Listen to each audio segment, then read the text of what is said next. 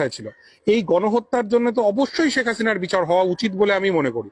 তার বিচার বাংলাদেশের মানুষ করবেন কি করবেন না অন্য ব্যাপার, কিন্তু যদি আমাদের দেশের সরকার বা আমাদের রাষ্ট্র মনে করে যে শেখ হাসিনা তার পুরাতন ভৃত্য, দীর্ঘদিনের বিশ্বস্ত কর্মচারী এবং এখন মালিকের কর্তব্য যখন ভৃত্য বিপাকে পড়েছে তখন তাকে নিরাপত্তা দেওয়ার, আমি মনে করি সেইটা আমার দেশের জন্য এটা ভালো সিদ্ধান্ত নয়।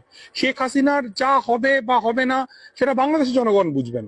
এবং আবারও বলছি, শেখ হাসিনার আমলেও বাংলাদেশে হিন্দু নির্যাতন যথেষ্ট হয়েছে, সমস্ত বিরোধী কণ্ঠস্বর দমন করা হয়েছে। সেক্ষেত্রে আমাদের তো এই আগ বাড়িয়ে এই ঝুঁকিটা নেওয়ার কোনো দরকার নেই। পৃথিবীর কোনো দেশ এই ভদ্রমহিলাকে কোনো ঠাঁই দিচ্ছেন না। ওর পরিবারের মানুষ তো লন্ডনের এমপি। আমি কর্মসূত্রে লন্ডনে থাকি অনেকটা সময়। লন্ডনের 4জন বাঙালি এমপির মধ্যে একজন তো এই টিউলিপ সিদ্দিকী। সেই ইউকে সরকার সে পর্যন্ত এই ভদ্রমহিলাকে আশ্রয় দিচ্ছে না। তাহলে আমাদের কি দায় পড়েছে